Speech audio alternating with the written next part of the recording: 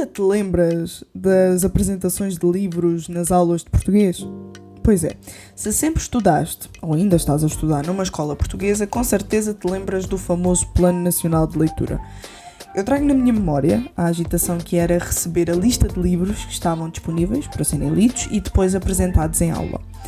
Agora, o que é que se aprendia com cada livro a cada novo período? Pois é, para dar resposta a isso e ainda falar um pouco mais sobre o assunto, tenho comigo a Bárbara Pires. Ela é licenciada e mestre em Ciência da Informação pela Faculdade de Letras da Universidade de Coimbra e, para além disso, é escritora e empreendedora da livraria e editora Everlasting. E eu sou Ana Margarida e começa agora mais um Entre Linhas.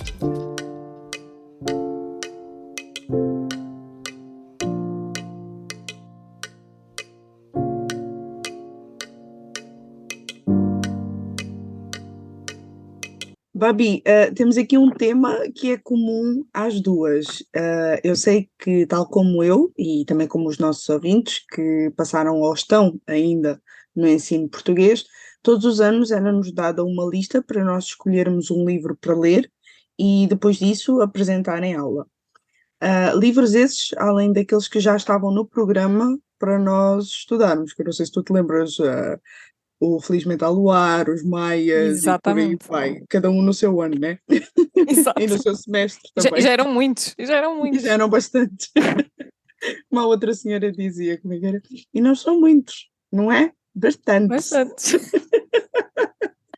Aqueles tesouros de Portugal. Aqueles tesouros de Portugal mesmo. Yep.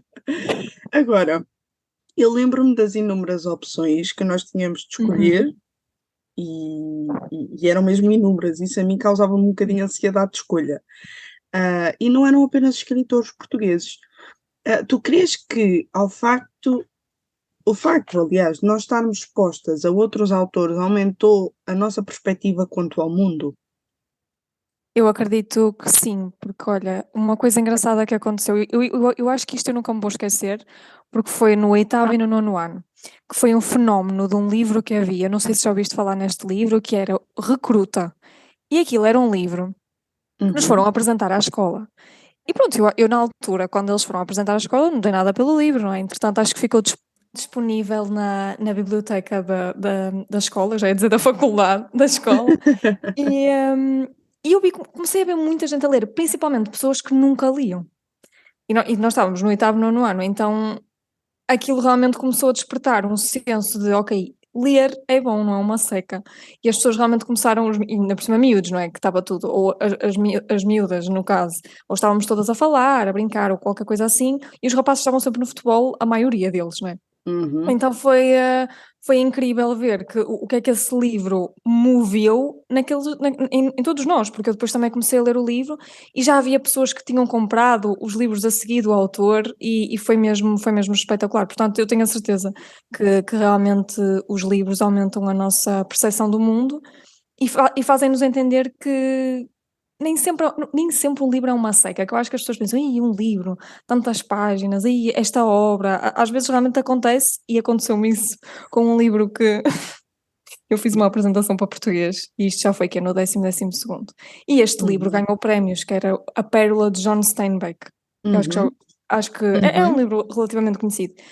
E eu realmente comecei a ler o livro na altura, e eu agora acho que vou dar outra oportunidade, e eu achei o livro uma seca. E eu disse isso na apresentação de português, com o meu professor de português, imagina.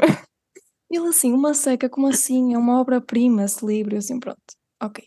Portanto, nós realmente podemos ter a nossa mente que se expande, não é? Com os livros que vamos ler, mas também há outros que vamos ler e que até são recomendados e não vamos gostar, e isso também faz parte da descoberta do mundo, daquilo que nós vamos gostar e o que não vamos gostar de ler e conhecer. Portanto, sim, eu acho que realmente a leitura nos amplia todo um mundo de conhecimento, tanto o que nós não gostamos como o que gostamos, não é? E olha, é curioso tu estás a falar sobre isso, porque enquanto eu preparava o guião, eu estava a conversar com uma amiga, e desde já, obrigada Adriana, um beijinho, e ela comentou algo muito importante, que o Plano Nacional de Leitura ajudou a não só a tornar-se uma pessoa com senso crítico, como também a não consumir informação só porque sim. Ou seja, não estar a ler só por ler, de facto poder opinar sobre aquilo que ela estava a ler, sobre aquilo que ela achava e que ela não era obrigada a gostar de tudo. E vai muito Uhum. de encontro também com aquilo que tu estás a falar. E para além Exatamente. disso, isso foi uma coisa que me ajudou a mim muito, porque eu sempre fui uma pessoa que teve um certo receio de expor sempre a sua opinião, porque só de pensar que isso iria contra a opinião de outra pessoa, isso já me fazia tremer as pernas, tal era essa Igual. necessidade de aprovação. E isto aqui, ou seja, nós não estamos a ler livros só por ler, nós não estamos a apresentar livros só por apresentar. Estão a ser trabalhadas aqui muitas questões, enquanto seres humanos, Com em certeza. desenvolvimento também. Para além disso, tu sentes que também te ajudou a vencer essa questão da vergonha, porque nós tínhamos que apresentar depois em aula, e sentes que, ou seja, ajudou-te não só a ultrapassar a vergonha, mas também a tu seres muito convicta daquilo que pensas. Sim, eu acho mesmo. É assim, eu não vou dizer que sempre que tenho uma apresentação, seja no que for, né, que não dá aquele nervosismo Uhum, pré-apresentação, porque dá, né? verdade, verdade. Mas, mas eu acho que isso fomentou a que cada um de nós pudesse realmente expor a sua opinião. Porque eu fui ali com aquele livro, por exemplo, esse da Pérola, pronto, estou quase traumatizada a falar desse livro, que realmente era um livro que pronto, não é? É muito valorizado por toda a gente e é visto como uma obra-prima. E eu realmente não gostei do livro, pelo menos naquela altura, não é? Uhum, Agora posso dar outra oportunidade, como já aconteceu com outros livros que eu não conseguia ler e que, aí uhum, fogo, a sério, não tenho paciência para ler, e depois voltei a pegar neles e comecei a gostar muito do livro. Mas no uhum, caso, eu acho que sim, eu acho que ajudou muito e ajuda muito. É o treino de realmente de vamos para lá, vamos falar de algo que, olha, eu gostei, eu não gostei, este livro realmente ajudou-me nisto, nisto e naquilo. Eu acho que também quando uma pessoa para ler um livro e para refletir sobre ele, nós também crescemos realmente como seres humanos. Porque nós uhum, vamos realmente ter. É como uma viagem, não é? Um livro eu acho que é como uma viagem, porque vai ampliar a nossa mente para o que é cá por aí. Porque às vezes há livros, olha, um livro que eu adoro, que é A Costa dos Murmúrios, de Lídia Jorge, e eu li este livro uhum, na faculdade, em literatura. É um livro espetacular, que se calhar uhum, se eu lesse no oitavo, nono ano não ia gostar, mas foi um livro uhum, espetacular que me deu também outra visão sobre a altura das colónias, não é? E, uhum, ah, e também me fez repensar a altura em que a minha família, porque eu tive família que esteve lá na altura da guerra, sobre essa uhum. situação. E realmente nós começamos a pensar e a falar e a melhorar também a situação da vergonha de não, a minha voz pode ser ouvida, independentemente do que o outro possa achar. Bem, eu acho que isso Exatamente. realmente nós vamos treinando, é uma coisa que se vai treinando mesmo. Exatamente. E eu lembro perfeitamente, inclusive, que, e isto também foi uma coisa que essa minha amiga falou, que o facto de haver essa oportunidade de nós apresentarmos os livros Uhum. depois de os termos lido, fazia também com que despertasse em nós um interesse maior para ler aquilo que os outros leram. E eu Sim. lembro-me perfeitamente que os que mais me ficaram marcados, eu lembro-me que nesse ano eu li A Metamorfose, de Franz Kafka. Uhum. Para mim, assim, foi das leituras mais diferentes na altura. E eu assim, Sim. meu Deus, a cabeça deste homem.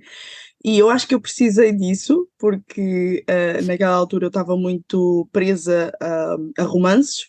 Uhum. E então eu acho que precisei um bocadinho disso para expandir um pouquinho mais e perceber que não existe mais para além de romances. Vamos sair um pouco dessa onda. Mas eu lembro perfeitamente que duas amigas, nessa altura, uma delas até é a que eu mencionei aqui, Uhum. elas apresentaram dois livros. Ela apresentou sobre Mia Couto, O Voo do Flamingo, e desde então é um autor que eu não dispenso de ter aqui na minha pequena biblioteca. Gosto bastante, e eu lembro-me que essa minha outra amiga, ela apresentou sobre O Perfume, que até passou da Esse livro, ilustração sim. Um para, fenómeno mesmo. para filme, não sei se tu te lembras Sim, disso. sim, sim. E então essa capacidade de tu poderes ler e conseguir estar a sentir os cheiros ao ponto de dar náuseas, porque houve uma altura que eu tive que deixar, tu vês exatamente que, ou seja, para já, quando ela apresentou, despertou em ti um interesse para ler. E quando tu lês, por indicação da pessoa, tu vês que aquilo que ela apresentou é verdade, e começa-te a despoltar ali um monte de sensações. Eu Exatamente. lembro que no Perfume aconteceu isso. E também essa questão do espírito crítico, não é? Não no Uhum. sentido de dizer, isto não presta, não, mas não gosto, porquê? Tenho direito a não gostar, porquê? Porque Eu acho que isso é muito importante. Outra coisa também muito interessante sobre isso, tu já reparaste que se calhar, graças a esse Plano Nacional de Leitura que eles fazem já connosco desde que, acho que agora, pela última vez que eu vi, já está também na primária. Na nossa altura, eu acho que nós não chegámos a apanhar na primária, acho que nem no básico, só no secundário, mas agora já há, inclusive, até na primária. Eu acho que isso começa também a trabalhar em nós uma noção de ler com mais objetividade. Eu não sei se tu concordas com isso, mas eu pelo menos comecei a ter mais essa noção. Eu já não lia livros só por ler. Eu de facto ia à procura de o que é que eu quero ler, o que é que eu preciso aprender. Ou será que eu estou a ler para descansar a cabeça? O que é que eu preciso no momento? Tu sentes que foi mais ou menos assim contigo também? sim, com certeza, eu acho muito, porque e é engraçado, porque consoante a fase que nós estamos a viver no momento, por exemplo, eu na altura, no secundário e no básico, eu comecei a ler muito Nora Roberts. Uma autora, Também já pronto, aqueles fui. romances Exato. Era a minha época da altura. profundos. Isso e Nicholas Sparks. Meu Deus, Ai, saudosos ai, momentos. meu Deus, Só Nicholas que não. Sparks é para uma pessoa chorar de início ao fim, meu Deus. Acabam todos com doenças terminais, Fogo, basicamente. não, sei. É assim, a escolha, eu não vou dar spoiler, mas a escolha, acho que ele não acaba assim mal. Mas mesmo Não? assim, tem lá uns, mas tem dramas. Tem, Nicholas Sparks é drama total. Ai, graças a Deus já E, abandonei. olha, já me distraí, desculpa que começámos a falar sobre isto, já me distraí. Mas sim, eu acho que cada fase da nossa vida, e desde a adolescência principalmente, que é uma altura que começam os questionamentos de tudo, porque é isto, eu não sou compreendida, então realmente vamos mergulhar. Para mim era ou na música ou num livro. E, e eu realmente comecei, pronto, a explorar a parte dos romances da Nora Roberts, mas depois também fui mais para os policiais, de Lee Child.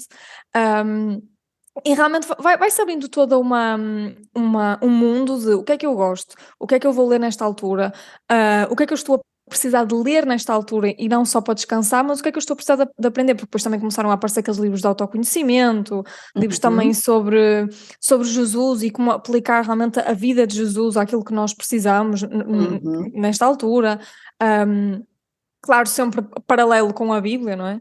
Mas sim, eu acredito que isso também foi gerando em nós, pelo menos em mim, não é? Naquela altura, uma vontade de procurar com clareza o que é que eu queria ler e o que é que eu queria aprender, não é? Tanto no presente como para o futuro.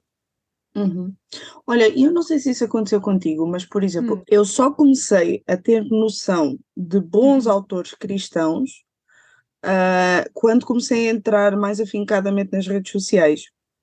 Porque eu não sei se tu também passaste pelo mesmo. Nós aqui em Portugal não temos assim tanto acesso a livrarias cristãs, Sim, por isso é sim. que nós gostamos muito do teu trabalho. Obrigada, Bárbara. Obrigada eu. Nós não temos assim muito acesso a livros cristãos, não que não haja livrarias cristãs. Nós temos as Paulinas, por exemplo, que são livrarias pronto, da Igreja Católica, e nós podemos encontrar ali muito bom conteúdo. Porém, daqueles autores reformadores, era, e às vezes ainda é muito difícil nós conseguirmos ter acesso a esses livros. Então, para nós, sempre foi muito comum ler tudo aquilo que havia no mundo. E às vezes, conversando com alguns amigos, por exemplo, do Brasil, é só um exemplo, noto que às vezes há ali uma certa dificuldade para eles se abrirem para lerem outros livros que não sejam apenas livros referentes ao cristianismo. Crees que esse balanço ele é importante, ou seja, nós realmente precisamos de livros que venham afincar um pouco mais a nossa fé, venham trazer assuntos que são necessários serem discutidos e também nós precisamos aprender mais, ir mais a fundo realmente na fé que professamos, mas crees também que precisamos desse equilíbrio de nós também precisamos saber o que é que se passa no mundo para saber como falar a uma cultura também?